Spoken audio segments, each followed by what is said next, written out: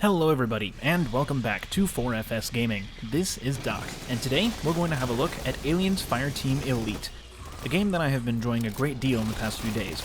And to be honest, I wanted to do a video about this a little earlier, but I was a little occupied with visiting my family out of state, and my video making in general has been kind of put aside for now because of my work. I work in construction, and every single year during the summer it always gets super slammed because everyone wants to avoid the holiday season. And above all else, really my free time has just been taken up by a single game. Guilty Gear Strive. Yeah, exactly. What that guy said. You know, maybe I'll do a video on Guilty Gear Strive at some point, but long story short, it's the first fighting game that I've really played for any reasonable amount of time. Like, okay, I say reasonable, it's like over 200 hours at this point. Because it's dangerously replayable, and often I just decide to play it over trying to make a video or be productive. And honestly, I'm not even really sure how...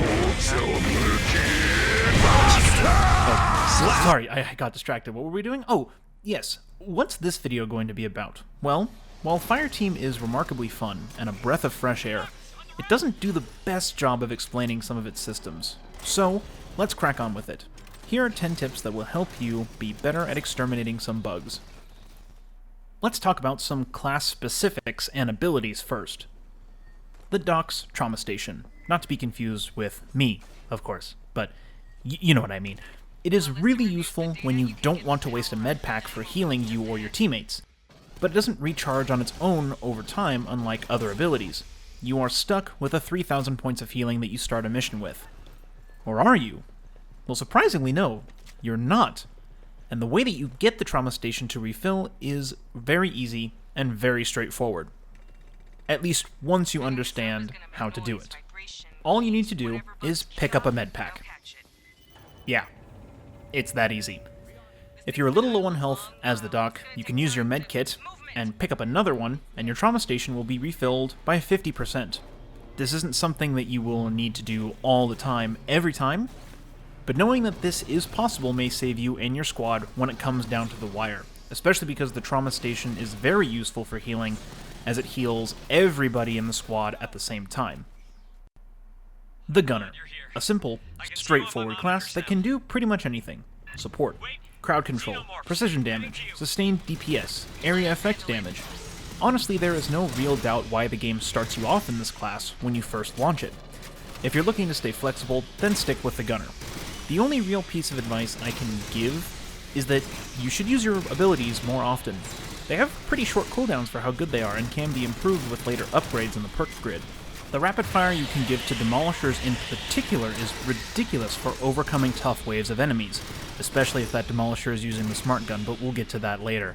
And your grenade is an amazing crowd control option, as it explodes on impact immediately with an enemy or after a slight delay when impacting a surface, meaning you can throw it at walls to intercept waves before they reach your grounded position, and ceilings for that matter actually. And with later upgrades, it becomes an even better area denial tool, spreading fire across wherever it explodes.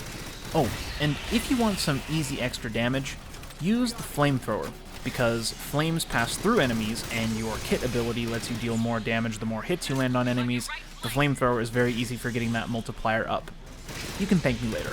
But just be careful of friendly fire. Literally in this case. The Demolisher. Their weapons and abilities are exceptional at crowd control. They are fine-tuned to a T for crowd control. It's what they do better than any class in the game. So please, as a Demolisher player, I am begging you, do not use your massive crowd control moves on single enemies, with one exception. But honestly, you're more than capable enough to dispose of most enemies without your abilities. The reasoning behind this train of thought is simple. The kit perk that you have lets you do more damage after hitting large amounts of enemies with your abilities. So hold on to the rockets and hold on to the blast waves until you absolutely need them. Reinforcing this train of thought is that later down the perk unlocks, your blast wave can have an instant cooldown, essentially, if you use it while in a group of enemies. Hitting 10 enemies will give it an instant cooldown with the right perk. So get into good habits early, and you will reap the benefits later in higher difficulties. And one last pointer for the Demolisher. I wouldn't waste any money on any of the other heavy weapons, as the starting option, the Smart Gun, is by far the best. High stagger, great auto-aim, and plenty of ammo to clear even the largest waves. There is very little reason to switch to a flamethrower or a rocket launcher, and with upgrades it becomes a menace, even at higher difficulties. And lastly for the classes, the Specialist, and its Sentry Turret. This one's pretty quick, so let's not waste any time. You can pick up your Sentry Turret so it doesn't have to go on cooldown. I know that might seem obvious, but it took me a while to figure out you could actually pick it up.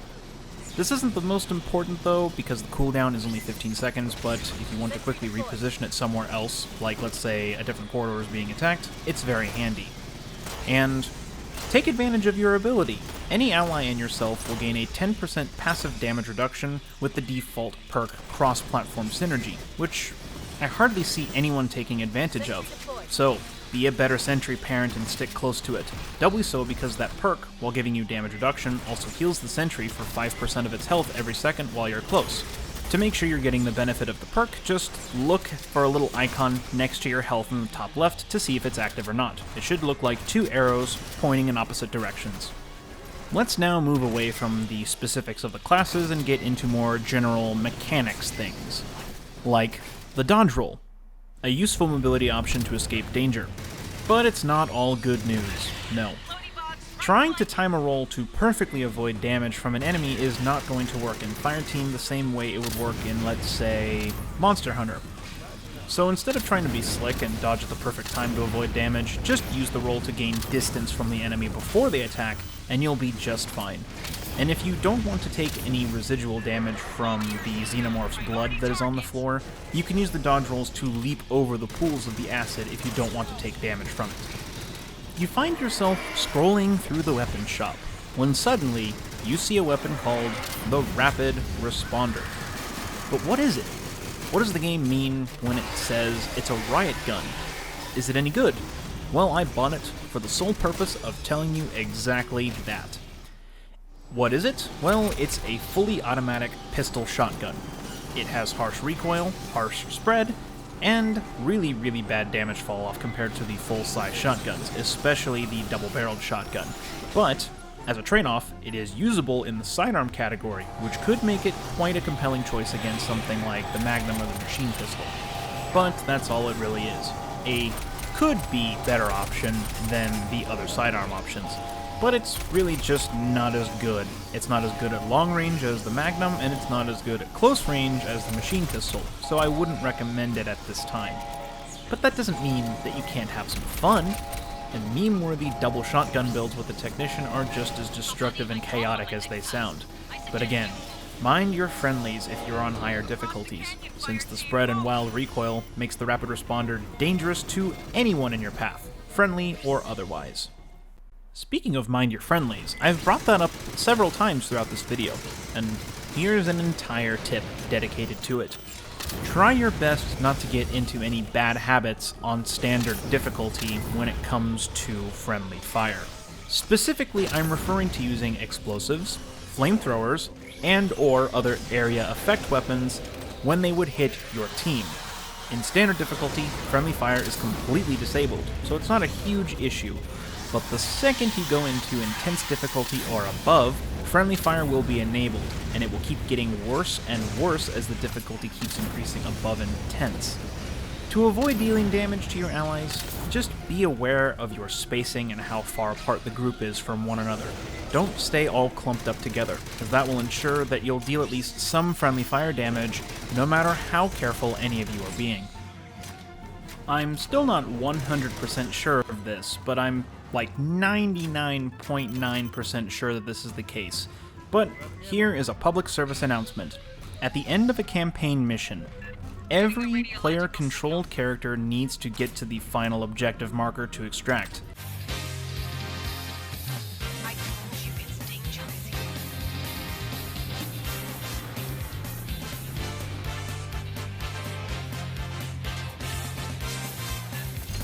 Fireteam, Rodriguez is ahead.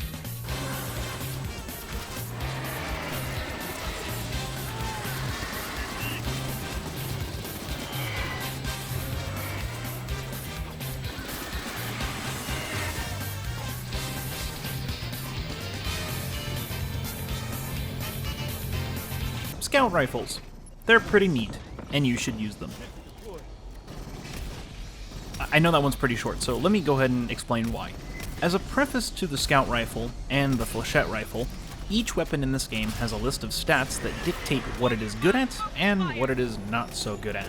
Stats like raw damage, rate of fire, effective ranges, reload times, you name it. Everything is on its stat card. Well, there are 3 stats that the long-range rifles excel at. Raw damage, the weak point damage multiplier, and the stagger chance. The raw damage is self-explanatory. It's nice for dealing raw damage, and can even one-shot low-level enemies if you deal enough damage.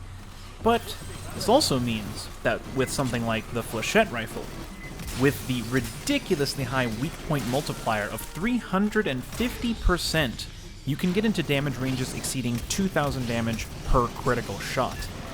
And the stagger chance can help you pin very tough enemies more or less in one spot and keep landing those critical shots.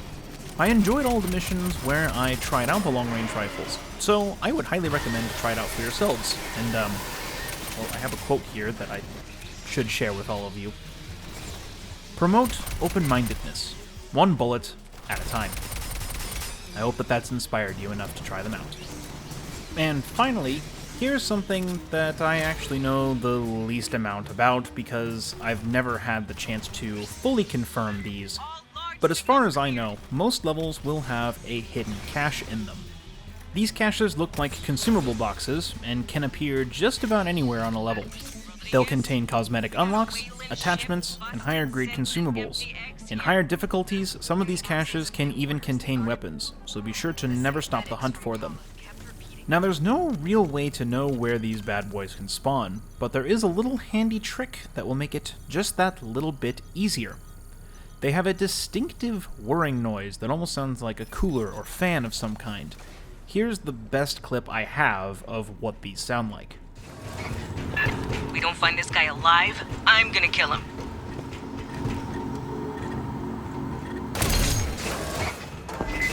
It's a distinctive sound to listen for, and it's easy to hear once you know what to listen for, and the range at which you can hear it is quite generous. So while listening out for prowlers or other enemy spawn noises, be sure to pay attention to something that can make a mission just that more rewarding. And there you have it, ladies and gentlemen. Those are some pointers I figured would be pretty helpful if you're just getting into the game like me. And I am 100% certain that there are plenty of other bits of advice that I'm missing out on, even just knowing myself, not even just relaying to you, but I don't know a lot about this game. But I'm sure that in time, I'll crack this game's systems wide open, and you all will be the first ones to hear about my discoveries. Likewise, if you know any really good pointers that you think your allies would benefit from learning about, feel free to leave them in the comments and share them with all of us.